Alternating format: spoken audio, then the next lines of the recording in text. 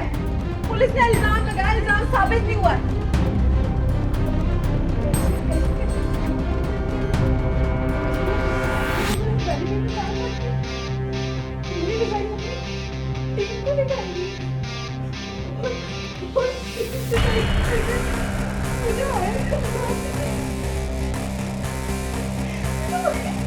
गलत है, गलत है, ये चीटिंग है, ये तो चीटिंग कौन करता है? सीरियल अनुपमा में आया हाई पॉइंट ड्रामा, जहां अनुपमा पर टूटा मुसीबतों का पहाड़। लोगों को बीमार करने के आरोप में पुलिस ने अनुपमा को किया गिरफ्तार।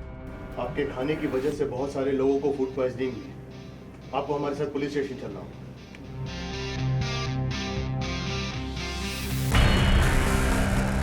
जी हां, अनुपमा में एक तरफ जहां अनुपमा को बड़ा झटका तब लगता है जब पता चलता है कि उसके बनाए ऑर्डर को खाने के बाद कई लोग बीमार पड़ गए। वो लोग सब पागल है क्या? जब अनु ने खाना बनाया नहीं, भेजा नहीं, तो भी उसको दोष दे रहे हैं। पता लगाना पड़ेगा कि हरकत की किसने। मुझे तो इस बात का टेंशन आ रहा है कि कहीं उस हीरोइन को या फिर किसी यूनिट मेंबर को कुछ होना चाहे। अरे यार, जब अनु ने कुछ किया ही नहीं तो डर किस बात का है? पुलिस ने इल्जाम लगाया, इल्जाम साबित नहीं हुआ है और बिना सबूत के पुलिस कुछ नहीं करेगी, कोई एक्शन नहीं ले सकती है। अनु तू डर मत, हम सब तेरे साथ। अरे वो लोग क्या पागल हो गए क्या? जब अनु ने खाना बनाया नहीं, भेजा नहीं, तो भी उसको दोषी ठहरा रही है। पता लगाना पड़ेगा कि हरकत की किसने। मुझे तो इस बात का टेंशन आ रहा है कि ये वो हीरोइन को या फिर किसी यूनिट मेंबर को कुछ होना चाहे। अरे यार, जब अनु ने कुछ किया ही नहीं है तो डर किस बात का है? वहीं दूसरी तरफ कहानी में आता है बड़ा ट्विस्ट। परी की जिंदगी में खुशियों की एंट्री होती है जब एक नामी अभिनेत्री उसके डिजाइन को पसंद करती है और उसे अपनी निजी डिजाइनर के तौर पर रखने का इरादा जताती है। Surprise! अनुमा, अनुमा, अनुमा, अनुमा! So happy! Thank you so much मुझे मुंबई लाने के लिए। और जैसी थैंक यू सो मच। जिस एक्ट्रेस के पास तुमने मुझे भेजा था, उसे मेरे डिजाइन्स बहुत अच्छे लगे, उसे मेरा काम बहुत अच्छा लगा और उसे मेरे डिजाइन्स अपने पास रख लिए अपनी पूरी टीम को बताने के लिए। लेकिन कहानी में चौंकाने वाला मोड़ तब आता है जब टीवी पर ब्रेकिंग न्यूज चलती है। वही अभिनेत्री परी के डिजाइन को अपनी बहन का बनाया हुआ बताती है। यह सुनते ही परी बुरी तरह टूट जाती है।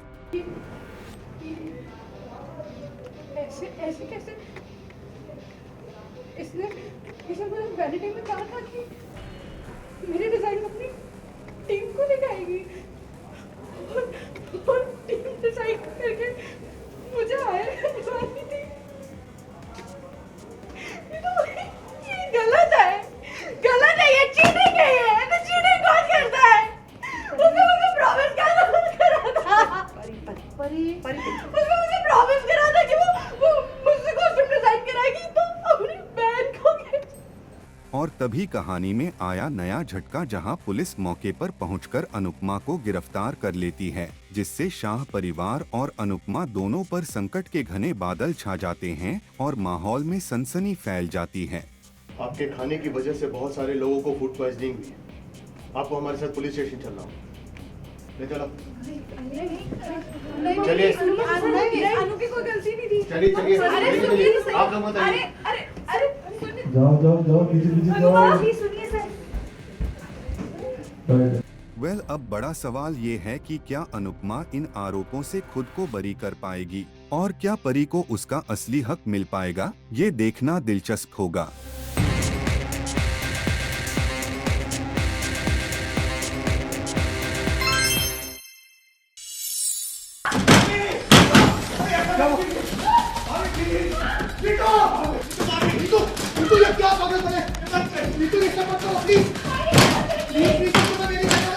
सीरियल मन्नत हर खुशी पाने की में एक बार फिर आया शॉकिंग ट्विस्ट वाला ड्रामा। सही है ये। मैं अपने बच्चे को खोने का दर्द सह चुकी हूँ। दोबारा वो मैं बर्दाश्त नहीं कर पाऊंगी। मेरी हिम्मत टूट चुकी है। विक्रांत के घर छोड़कर चले जाने से दुखी और हताश नीतू ने उठाया खतरनाक कदम, आत्महत्या की कोशिश, जिसे देखकर घर वाले रह गए दंग। नीतू ये क्या पागल बने? नीतू इससे मत करो प्लीज। नीतू तुम्हें मेरी कसम, नीतू। जी हाँ, एपिसोड में नीतू खुद को कमरे में बंद कर लेती है और अपनी जान लेने की कोशिश करती है। यह देखकर रोनी, गगन और मन्नत पूरी तरह घबरा जाते हैं और उसे रोकने की हर संभव कोशिश करते हैं।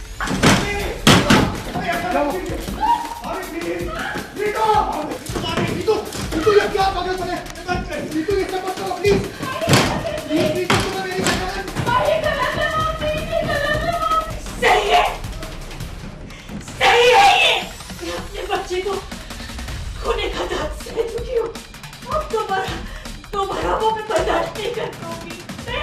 मेरी हिम्मत टूट चुकी है। उधर मन्नत फोन पर धैर्य से बात करती है, जहां धैर्य इसे बताता है कि वह विक्रांत को ढूंढ चुका है और जल्द ही उसे लेकर घर वापस आ रहा है। इसी बीच कहानी में आता है बड़ा मोड़। रोनी और गगन दरवाजा तोड़ने में कामयाब हो जाते हैं और नीतू की जान बचा लेते हैं। प्लीज प्लीज रुक जा। नीतू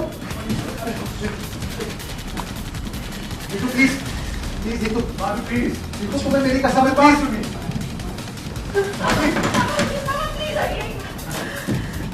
माँ देखिए, तेरे सच्चे विक्रांत को ढूंढ लिए। अब उनकी बात सुनिए, वो उधर ही है। वेल, अब इस हाई वोल्टेज ड्रामे के बाद कहानी किस नए मोड़ पर जाएगी, यह देखना बेहद दिलचस्प होगा। प्लीज प्लीज रुक जा। नीतू नीतू तुम्हें मेरी कसम है प्लीज।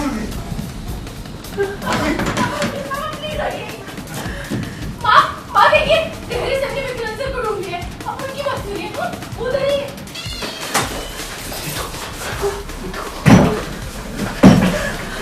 तो नीतू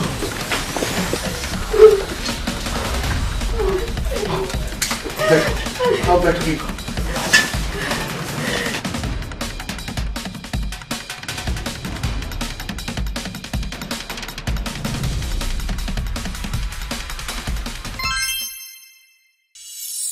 पहली बात तो जिंदगी ने मुझे नहीं हराया, तो ये 18 कंटेस्टेंट्स क्या हराएंगे। जो मैंने मालती के साथ जो कहा वो बहुत ही गलत था और मैं उसके लिए बहुत शर्मिंदा हूँ। मुझे जब तक तान्या ने वो आग नहीं लगा, कैप्टनसी की आग नहीं लगाई जिसका मैं खुश कर दे। एथिक्स और मेरे प्यार को क्वेश्चन अगर कोई करे तो मुझे थोड़ा प्रॉब्लम होता है। अशनूर वाली जो थी, मुझे वो बॉडी शेमिंग रोक देना चाहिए था, लेकिन उस घर में पता नहीं चलता। आपके दिमाग में बहुत सारी चीज़ें चलती है, आपका खुद का इमोशनल स्टेट ऐसा होता है। हर इंसान अपने अंदर एक कंफर्ट जोन ढूंढता है, तो मुझे लगता है कि तान्या इमोशनल कंफर्ट जोन ढूंढने के बजाय वो मटेरियलिस्टिक कंफर्ट जोन में है। तब मैंने कहा चल मैं तेरे को श्राप देती हूँ कि तू अपनी माँ को किसी ने कोई कुछ बोलेगा और तू सुनेगा, क्योंकि मेरा पर्सपेक्टिव बच्चों के साथ था, मेरे फैमिली के साथ था। मेकर्स आपके ऊपर अगर आप कैलकुलेट करें 18 कंटेस्टेंट्स के बीच में हम लोग का एक कंटेस्टेंट पे 40 करोड़ रुपए की लागत लगती है। अगर मेकर्स उसको इनकैश नहीं कर पाएंगे उसके आगे, तो फिर मेकर्स भी बेवकूफ़ है और वो अच्छा बिजनेस नहीं कर रहे हैं। ऑडियंस इतनी शिद्दत से देखती है कि मेकर्स अगर ऐसा कंट्रोल करे तो उनकी ऑडियंस ही भाग जाएगी। फरहाना भट्ट ट्रॉफी कश्मीर जानी चाहिए। नमस्कार, आप सभी का स्वागत है। और बिग बॉस के घर से बाहर निकलने के बाद कोनिका सदानंद जी हमारे साथ हैं, जिनसे हम करने वाले बहुत सारी बातें। सो कोनिका जी, बहुत बहुत स्वागत है आपका। Thank you so much. सबसे पहले हमसे कहना चाहेंगे जब आप घर से बाहर निकल रही थी, जो पूरा मोमेंट वहां पर क्रिएट हुआ, लोगों का दिल छू गया, क्योंकि सबने आपका पैर छुआ, सबने रिस्पेक्ट किया आपको और बहुत प्यार दिया। वो मोमेंट को अब क्या कहोगे आप? नहीं, डेफिनेटली मेरे लिए तो बहुत ही मतलब मैं समझती हूँ कि मेरी खुशकिस्मती है। ऐसा होता नहीं है। ऐसा होता नहीं है। और आई एम श्योर उसमें से कुछ लोग ऐसे भी होंगे जो खुश होंगे कि जब मैं चली गई, बिकॉज जैसे जैसे कंपटीशन कम होता है वैसे अच्छा होता है। मगर जो प्यार उन्होंने दिया, रिस्पेक्ट दिया और जो मैंने देखा मेरे जाते टाइम, मुझे बहुत अच्छा लगा, मुझे दिल को छू गया। And I am very glad कि मैं वो प्यार उनका कमा पाई। जी। सो बाहर निकलने के बाद सबसे पहले ऐसा कौन सा वीडियो क्लिप या ऐसा कौन सा मोमेंट आपने देखा जिसने आपको बहुत शॉक कर दिया? एक तो मैंने आई थिंक मृदुल, बसीर और अभिषेक ने कुछ गलत चीज़ें बोले थे मेकर्स के बारे में, जिसके साथ मैं बिल्कुल अग्री नहीं करती, लेकिन उनका पॉइंट ऑफ व्यू हो सकता है। सेकेंडली तान्या के बारे में मैंने कुछ वीडियोस देखे, फिर कुछ फरहाना की जर्नी, मैंने कुछ एक आध वीडियो वो देखा था जिसमें बहुत दिल को छूने वाली चीज़ थी। मेरे बेटे ने कुछ इंटरव्यूज़ दी थी जो मैंने देखा, वो बहुत अच्छे लगे। और मैंने सुबह 7:30 बजे तक मैं कुछ एपिसोड देख रही थी जिसमें स्पेशली जो कंट्रोवर्शियल वाले थे मैं देखना चाह रही थी। तो कुछ तो देखें, कुछ नहीं और देखने बाकी हैं। तो वो जो कंट्रोवर्शियल में आप शॉक्ड हुई या फिर लगा कि नहीं मैंने ये सही किया था? नहीं, दो तीन जगह है जहाँ मुझे लगा कि एक जगह तो अशनूर वाली जो थी, मुझे वो बॉडी शेमिंग रोक देना चाहिए था। लेकिन उस घर में पता नहीं चलता, आपके दिमाग में बहुत सारी चीज़ें चलती है, आपका खुद का इमोशनल स्टेट ऐसा होता है कि आप मेंटली वहाँ रहते हुए भी आप प्रीऑक्यूपाइड होते हैं किसी और चीज़ के लिए। वो मुझे रोकना चाहिए था, एक बड़े होने के नाते, एक जिम्मेदार इंसान होने के नाते और एक सेंसिटिव इंसान होने के नाते। सेकंड, जो मैंने मालती के साथ जो कहा वो बहुत ही गलत था और मैं उसके लिए बहुत शर्मिंदा हूँ। वो ऐसा इंटेंशन बिल्कुल नहीं था और ना ही उसके प्रति कोई जजमेंट था ये। लेकिन वो शायद मुझे रियलाइज़ करना चाहिए था कि इतने सारे कैमरा हैं और ये उसका बहुत नेशनल या इंटरनेशनल इम्पैक्ट भी होगा। मगर वो मेरा जजमेंट मालती के प्रति नहीं है, वो वैसी नहीं है, मुझे उसके बारे में बिल्कुल नहीं कुछ कहना चाहिए था। उसके अलावा जो चीज़ें मुझे लगी कि जैसे कुछ मतलब जैसे तान्या के बारे में था, तान्या को मैंने कहा कि तुम्हारे संस्कार के बारे में, अपब्रिंगिंग, तो मेरा मैंने संस्कार वर्ड यूज़ किया कि नहीं वो मैंने अभी देखा नहीं, लेकिन आई एम श्योर अगर सलमान सर ने बोला, फराज मैम ने बोला, फराज जी ने बोला, तो कहीं ना कहीं वो सही होंगे। तो मैं आज भी ये कहती हूँ कि संस्कार, अपब्रिंगिंग जो भी है वो बहुत इम्पोर्टेंट होता है और मेरा मतलब अपब्रिंगिंग से था। उनके माँ बाप ने उसको अच्छे संस्कार दिए, वो बहुत पोलाइटली और जेंटली अपने बात रखती है, जो मैंने आके देखा वीडियोस, क्योंकि वो वहाँ ऐसा नहीं दिखता है। तो आई एम श्योर उसको संस्कार अच्छे दिए मगर उसको सेल्फ डिपेंडेंट नहीं बनाया।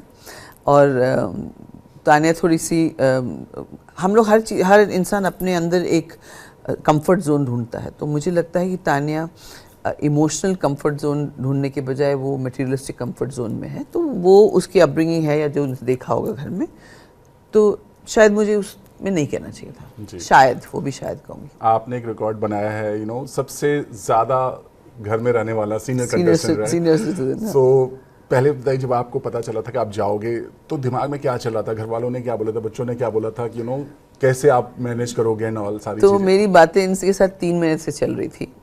मैं श्योर नहीं थी कि मैं लास्ट करूँगी, मैं वहाँ जा पाऊँगी, हैंडल कर पाऊँगी, क्योंकि मैंने जो भी थोड़ा बहुत बिग बॉस देखा था तो मुझे लगा कि यार ये तो वहाँ झगड़े ही करते रहते हैं लोग इतना भी। और मैं थोड़ी सी शांति पसंद इंसान हूँ, मुझे बहुत ज़्यादा नॉइज़ नहीं अच्छा लगता, तो मैंने कहा मैं तो मिसफिट हूँ वहाँ पे। लेकिन मेरे फ्रेंड्स, मेरी फैमिली मेम्बर्स और सब ने बोला नहीं, you are the right contestant to go there और आपको जाना चाहिए। और मेरे बच्चों ने मुझे ज़्यादा प्रोत्साहित किया, इंकरेज किया कि बस आप जाइए। ओके, सो पहली झगड़ा जो बशीर के साथ पहला झगड़ा आपका हुआ, राइट? फिर उसके बाद बहुत सारे आपके झगड़े हुए जिसमें आपकी बहुत स्ट्रांग पर्सनालिटी आपकी दिखी, आप मतलब बहुत अलग अलग तरह से आपने रिएक्ट किया। अब आपने देखा वो सब चीज़ों को, क्या कहना चाहोगे? पहला जो झगड़ा बशीर के साथ हुआ था और अभिषेक के साथ जो झगड़ा हुआ था, या क्या कहोगे आप? तो पहली बात तो ज़िंदगी ने मुझे नहीं हराया, तो ये 18 कंटेस्टेंट्स क्या हराएंगे। तो मैंने कई सिचुएशन अपनी लाइफ में हैंडल की। और शुरुआत में जो झगड़े होते हैं ना, मुझे जो जहाँ तक मेरा अंदाज़ा है, हम सब अपना अस्तित्व को, अपनी टेरिटरी को मार्क करने के लिए लगे रहते हैं कि मैं ऐसा हूँ। और ऐसे जीशान जी के साथ भी हुआ कुछ आर्ग्यूमेंट्स, मैं ऐसी हूँ और तुम इस बाउंड्री के अंदर नहीं आना, या मैं ऐसा हूँ, तुम, ये मेरी पर्सनैलिटी है। हम लोग सब अपने इस पर्सनैलिटी को एस्टैब्लिश करने में लगते हैं, बिकॉज जब नए लोगों को मिलते हैं आप अपना बेस्ट पर्सनैलिटी या जो चीज़ें आपको लगता है कि आपको प्रोजेक्ट करना चाहिए। तो पहले हफ्तों में जो झगड़े हुए थे उसको सीरियसली नहीं लेना चाहिए। डेफिनेटली मुझे अफेक्ट हुआ कि लोग ऐसे क्यों हैं, इस तरह बात क्यों कर रहे हैं। या फिर मैंने अपने आप को बोला कि तुम अपने आप को समझती क्या हो कि भाई तुम कोई महारानी हो कि तुमसे कोई इस तरह बात नहीं करेगा, तुम किसी मलकियत की रानी हो या कुछ। तो I said I have come here, it's even platform और सबको हक है अपनी तरह से मुझसे बात करने का। अब वो मेरे ऊपर है कि मैं कितना उसको अंदर दिल पे लूँ और कितना उसको काउंटर करूँ। तो अब मुझे उसका कोई अफसोस नहीं है। मेरे बाद में रिलेशन फरहाना और नेहल के साथ जो अच्छे बने, तो मुझे लगता था कि यार सार नोट पे नहीं शुरू होना चाहिए, लेकिन वो भी ज़रूरी था। वो भी ज़रूरत है कि मैं जैसे फरहाना का इंसिडेंट जो हुआ जिसमें मेरा बेटा भी आया, तो उसने बाउंड्री सेट किया सारे कंटेस्टेंट्स के लिए कि आप फैमिली के बारे में नहीं बात करेंगे। तो that was a good thing, वो ज़रूरी था, क्योंकि नहीं तो ये पता नहीं कहाँ लेके जाते सब चीज़ें, हर बात को फैमिली पे। And as Deepak Chahar rightly said कि फैमिली ने साइन अप नहीं किया, आपने किया, तो आप उस तरह से मत लेकर आइए, बिल्कुल सही। और वो मेरे इंसिडेंट की वजह से वो आया, कम से कम अयान आया, फिर सलमान सर ने उसको एड्रेस किया, तो that was a good thing. आप जब निकल रहे थे तो आपने बोला कि मैं चाहती तो सबके साथ एक अच्छा रिलेशन बना सकती थी, बट मैंने वो दायरा मेंटेन किया क्योंकि सबकी पर्सनालिटी अलग अलग निकले, राइट? तो ये आपका स्ट्रेटजी था कि नहीं? नहीं, मैं चाहती तो अच्छे रिलेशनशिप तो मैंने बनाए। मैंने सबको कभी अपना बेटा बना लेते हाँ हाँ, मैं चाहती तो मैं सबको बच्चा बेटा बना के, देखिए बेटा डार्लिंग बेबी बोलना मेरी आदत है, मैं 60 साल के इंसान को भी बोलती हूँ और बच्चों को भी बोलती हूँ, तो वो वर्ड को लिटरली एज बेटा नहीं लेना चाहिए। लेकिन मैं चाहती तो मैं सबको एक एहसास दिलाती, देखो मैं क्या कर रही हूँ, देखो मैं तुम्हारा कितना ख्याल कर रही हूँ, देखो मैं ये कर रही हूँ और तुम लोग मुझे इसके लिए रिस्पेक्ट दो। मैंने कभी वो कार्ड नहीं खेला। अगर मैं वो कार्ड खेलती तो उन बच्चों पे असर होता। उसमें से सबसे बड़ा जो था 42 जीशान जी थे, तो उनको तो मैंने कभी उस तरह से देखा नहीं, लेकिन गौरव को मैं सचमुच अपने बेटे की तरह देखती थी। एक अच्छा बॉन्ड दिखा भी था। हाँ, बिगनिंग में जब तक तानिया ने वो आग नहीं लगाई, कैप्टनसी की आग नहीं लगाई जिसका मैं खुश कर दे, तो मैं अगर चाहती तो मैं इनके ऊपर ये प्रेशर बना सकती थी, लेकिन मैं नहीं चाहती थी कि वो प्रेशर की वजह से वो अपना गेम नहीं खेले, क्योंकि सबको समान हक है आगे बढ़ने का और कोई भी इमोशनल प्रेशर उन पे नहीं होना चाहिए या फिर संस्कारिक प्रेशर नहीं होना चाहिए। तो दैट इज व्हाट आई। अभिषेक के साथ जो फाइट हुई उसमें जिस तरह से आपने श्राप वाला जो मुद्दा उठाया, जो श्राप दिया, लोगों को लगा कि आपने ये क्या बोला, मतलब बाहर अलग अलग बातें चली, सोशल मीडिया है, बहुत सारी बातें चल रही हैं, आप अंदर से कुछ सोच रहे थे कि नहीं? मैं क्या मैंने उस दिन जब मैंने उससे बार बार पूछे तूने क्या बोला, तूने, मतलब मैं चीज़ों को लेट गो नहीं करती थी।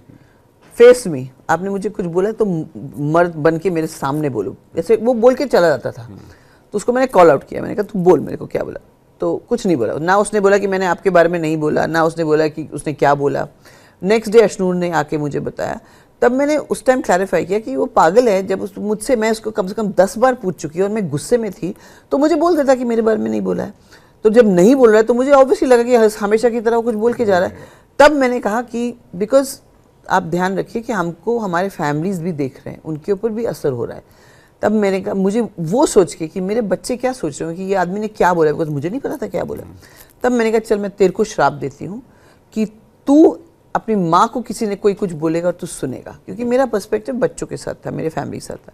जब अगले दिन अशनूर ने क्लैरिफाई किया मेरे बारे, तो मैंने कहा वो पागल इतना गधा है, बैल बुद्धि, क्यों नहीं बोला मेरे मुंह से, क्यों ये अपशब्द निकलवाए। और मुझे लगा कि मैं बिकॉज उस टाइम इमोशनल थी मैं एंड गुस्से में थी, तो आई वाज, एंड काफ़ी दिन से चला था ना वो आंटी, ये दादी अम्मा और बहुत सारी बकवास से चल रहा था, और मुझे वो लगता है लड़का अपने दायरे के बाहर जाता था हमेशा। सो अब गुस्सा नहीं है, अब आप सब कुछ आपने देखा है, तो आप कुछ कहना चाहोगे अभिषेक को, या सामने अगर अभिषेक मिल जाए तो आप कुछ कहना चाहोगे उनको? हाँ, क्यों नहीं, आई wish him all the best. मतलब वो जो श्राप दिया था वापस लेना चाहोगे? नहीं, वो तो मैंने उसी दिन कहा कि भैया मैं take back my words please, and because I don't want कि कोई भी किसी की भी माँ को कोई इंसल्ट करे और कोई भी बेटा देखे, वो एब्सोल्युटली मेरा इंटेंशन नहीं है। और मुझे खुद बहुत बुरा लगा, मैं रात को जब सोई तो मैं बोली ये क्या हो गया यार, मेरे मुंह से ये क्या निकल गया, एंड वो उसको भी अफेक्ट किया, वो भी एकदम वो हो गया था। और सबसे बड़ी बात कि बसी ने जब मेरे साथ पहली लड़ाई की था तो वो मेरे लिए लड़ा था, तो वो उसको लेके पकड़ा, मैं इतना रोया था, पता है आपके लिए लड़ा था ये वो। तो भाई मैंने कहा तू लड़ा था तो तू अब तो नहीं, अब तो मेरे से तू खुद लड़ रहा है, you know. But I would like to say that Abhishek has got a great future. I was quite surprise जब उसको एविक्ट किया गया। मुझे तो वो टॉप 3 में दिखता था हमेशा। एक्चुअली टॉप 3 में मुझे बहुत से लोग दिखते थे, जो नेहल भी, बसीर भी, अभिषेक भी, but I wish him all the best and he is a good guy and he is a fun guy. मुझे लगता है कि वो वैसा नहीं है जैसे ये घर में था। मुझे लगता है ही इज़, बिकॉज अशनूर ने भी बहुत बार बोला कि मैम वो ऐसा नहीं है, तो ऑब्वियसली वो अपना गेम खेल रहा था, मगर definitely he needs to control his temper a little bit, गुस्सा। और वो फालतू बात पे नर जाता है, दरवाज़ा मैं नहीं बंद करूँगा, अरे मच्छर आ जाएंगे, यू नो, ये सब नहीं मैं नहीं करूँगा, तो these are stupid things, ये सब। यू नो कई बार ऐसा हुआ जब आप नॉमिनेटेड थे और इविक्शन नहीं हुआ। बाहर ऐसी खबरें आई कि मेकर्स बचाने के लिए सारी चीज़ें कर रहे हैं, इविक्शन नहीं कर रहे हैं, क्या कहना चाहोगे आप? तो मेरे साथ साथ और भी लोग नॉमिनेटेड थे, तो ये सवाल उनके लिए क्यों नहीं उठता है? क्योंकि वो भी तो बच्चे थे ना। कुछ त्यौहार आया था, कुछ अनफेयर नॉमिनेशन थे जो कैंसिल हो गए, विच वॉज वेरी गुड। 12वें हफ्ते में हम सब नॉमिनेटेड थे, थैंक्स टू गौरव। हमने उनकी कैप्टनसी 24 मिनट में छीन ली, लेकिन सत्ता पलट करने के बाद भी हम लोग वी वर स्टिल नॉमिनेटेड। वो 30% राशन फिर भी आया। तो मुझे लगता है कि ऐसा कोई मेकर्स इसको कंट्रोल नहीं करते। मेरा ये मानना है कि वो नहीं कंट्रोल करते, बिकॉज जेन्युइनली ऑडियंस इतनी शिद्दत से देखती है कि मेकर्स अगर ऐसा कंट्रोल करे तो उनकी ऑडियंस ही भाग जाएगी। ऑडियंस चाहती है कि वो वैसे रहे जैसे वो वैसे दिखे जैसा है। And I think Endemol, Jio star और जो भी इसको कर रहे हैं, जो या बानी जे जो भी है, they are living up to the responsibility of the audience. इतनी स्ट्रांग पर्सनालिटी, जब आप घर में आए और आपने जब अपनी आवाज़ उठाई, लोगों को लगा कि वाह क्या पर्सनालिटी है। खुद शहबाज ने बोला इस अंडरटेकर को कहाँ से ला के हम लोग के बीच में खड़ा कर दो। मेरा आपसे सवाल ये है कि जब आप इतनी खुद में कॉन्फिडेंट थी, इतनी स्ट्रांग पर्सनालिटी आप थी, तो आपने ये जो कप्तानी वाला क्यों गिव अप किया? क्या रीज़न था? क्योंकि खुद पर विश्वास नहीं था कि ये क्या क्यों किया?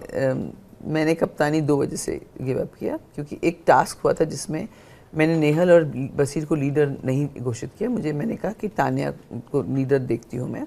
नेहल और बसीर अपसेट हुए थे, मुझसे बोला हम आपसे बात करते हैं। मैंने कहा ज़रूर। तो बोले, मैंने कहा तुम्हारे अंदर एग्रेशन है, तानिया के अंदर एग्रेशन होगा भी तो दिखाती नहीं एक लीडर को, क्योंकि मैं पॉलिटिक्स में रह चुकी हूँ। तो मैंने कहा लीडर को ना एग्रेशन सबसे पहले अपना दबाना पड़ेगा और ये फट से रिएक्ट करना। इसीलिए मैंने कहा तुम लोगों में नहीं है, हो सकता है शो में जाते जाते तुम लोगों के अंदर आ जाए। और मैंने कहा मुझ में भी है, ऐसा नहीं कि मुझ में नहीं, मुझ में भी है, तभी तो मैं पॉलिटिक्स में सर्वाइव नहीं कर पाई। और मुझ में भी है कि एग्रेशन इन द सेंस कि मुंह पे बोल देना, लोगों को बिल्कुल फिक्र नहीं करना, मुंह फट होना, तो जो कि तानिया नहीं है बिल्कुल। तो एक तो वो पॉइंट था। सेकंड, उन्होंने ये जब कहा कि आपको तो कैप्टनसी चीटिंग से मिली, वो मेरे लिए बहुत अफेक्ट हुआ। क्योंकि जब मुझे पता चला कि तानिया ने, एक तो उस टाइम टास्क के टाइम मैंने नहीं सुना कि मैम ने एक भी ईट होगी तभी मैं उनको डिक्लेयर करूँगी, मैंने सुना नहीं। क्योंकि मैं बसीर को बचाने में लगी थी या टाइल्स को बचाने में लगी थी। हमने बाद में टाइल्स गिने और अशनूर के भी टाइल्स गिने, तो मेरे पास टाइल्स ज़्यादा थे। तो जब उसमें हम लोग काउंट करवाने की कोशिश, अभिषेक बार बार लात मार रहा था उसको। तो बाद में जब तानिया ने बोला, मैंने तो बोल दिया था सबको कि एक भी टाइल होगा तो भी मैं उनको, और फिर जब इन्होंने ये पॉइंट रेज किया, मुझे लगा कि वो बात निकल जाएगी। लेकिन मुझे लगा कि ये गलत हुआ, ऐसा नहीं होना चाहिए था। क्योंकि मैं जब संचालक थी तो मैंने बहुत फेयरली खेला। तो ये जब पॉइंट उन्होंने उठाया, और उस वक्त ऐसे ही गर्मा गर्मी का माहौल था, वही टॉपिक चल रहा था कि यू डोंट डिजर्व एंड बसीर को सबसे ज़्यादा बुरा लगा कि उसने सचमुच मेहनत की। मुझे मैं वो कैप्टनसी बसीर नहीं होता तो नहीं मिलती मुझे, क्योंकि मैं नहीं कर पाती। अभिषेक बहुत ही फिजिकल था, अशनूर भी स्ट्रॉन्ग है। सो आई थिंक, और उनके साथ पूरा गेम मेरे अगेंस्ट चल रहा था कि कि उसको कैप्टन नहीं बनाना है ऑल दैट। तो उस वक्त जब उन्होंने मेरे एथिक्स पे सवाल उठाया, तो यही चीज़ तो मैं इसके साथ ज़िंदगी में एथिक्स के साथ ही जी हूँ ना। फिल्म इंडस्ट्री एक ऐसी जगह है जहाँ लोग बदनाम होते हैं। मैंने अपने आप को एथिकली, मॉरली करेक्ट रखा है। अपने रिश्ते जो हैं उसके बारे में बोला है, कभी ऐसी कोई चीज़ नहीं छुपाई है। तो वो एथिक्स पे मेरा क्वेश्चन हुआ, जो कि मेरे लिए बहुत इंपॉर्टेंट है। एथिक्स और मेरे प्यार को क्वेश्चन अगर कोई करे तो मुझे थोड़ा प्रॉब्लम होता है। कुनका जी, अगर जाना चाहें पूरे इस जर्नी में, कोई रिग्रेट है आपको कि आप ये नहीं कर पाई या ये नहीं कह पाई, या कोई रिग्रेट है आपको? मुझे ऐसा कोई रिग्रेट नहीं, लेकिन मैं दूसरे जो कंटेस्टेंट्स आएंगे उनके लिए ज़रूर कहना चाहूँगी। पहली बात तो ये स्क्रिप्टेड नहीं है, मैं सोचती थी स्क्रिप्टेड है। दूसरा, it's tough but it's not tough. और तीसरा, आप बिग बॉस की शोज़ देख के आइए। अगर आपके साथ कोई पहचान है किसी कंटेस्टेंट का तो उससे बात कीजिए, क्योंकि जो कि मैंने बिल्कुल नहीं किया। और कहीं ना कहीं मुझे लगता है कि ऑडियंस को एक मतलब ऑब्वियसली जो मेकर्स हैं वो एक इमोशनल इकोनॉमी पे डिपेंड करते हैं। ऑडियंस इमोशनली रिएक्ट करता है और इमोशंस के साथ चलता है। ऑडियंस को जो भी हम दिखा रहे हैं, जो लोग विनर्स बनेंगे, वो ऑडियंस को खुद सोचना पड़ेगा कि उन्होंने कैसे किसको विनर बनाया। क्या फेक इंसान को बनाया, या कोई झगड़ालू इंसान को बनाया, या कोई ऐसे इंसान को बनाया जो एकदम ड्रामा कर रहा था, बिल्कुल वो था ही नहीं। रियलिटी शो में रियल होना ज़रूरी है। तो ये सब चीज़ों को मद्देनज़र रखना चाहिए। एंड तो आपके हिसाब से कौन है जिसके हाथ में आप खुद ट्रॉफी देखना चाहती हैं? फरहाना भट्ट, ट्रॉफी कश्मीर जानी चाहिए। बट फरहाना के बिहेवियर को लेकर बहुत सवाल उठे, बाहर भी बहुत सारी चीजें उठी हैं। आपको लगता है कि फरहाना रियल है, उसको गुस्सा आएगा तो गुस्सा दिखाएगी, प्यार आएगा तो प्यार दिखाएगी, दोस्त के साथ खड़ी रहेगी तो दोस्त के मतलब खड़ी ही रहेगी। तो फरहान रियल है। मेरे साथ बहुत उसकी नोका झुकी हुई नेहल के बारे में। स्टार्ट में तो बहुत हुआ था। स्टार्ट में हुआ, फिर जब नेहल के टाइम जब एविक्शन हुआ था तब उसने वो मेरे पीछे से पोक कर थी, आग में घी डालने का काम करती है, मैं जो नहीं करती हूँ। मुझे बहुत सारे लोग बहुत कुछ बोल के जाते हैं, मैं कभी नहीं कन्फ्रंट बोलती थी अरे इससे तेरे बारे में, चुगली करना मेरी आदत नहीं।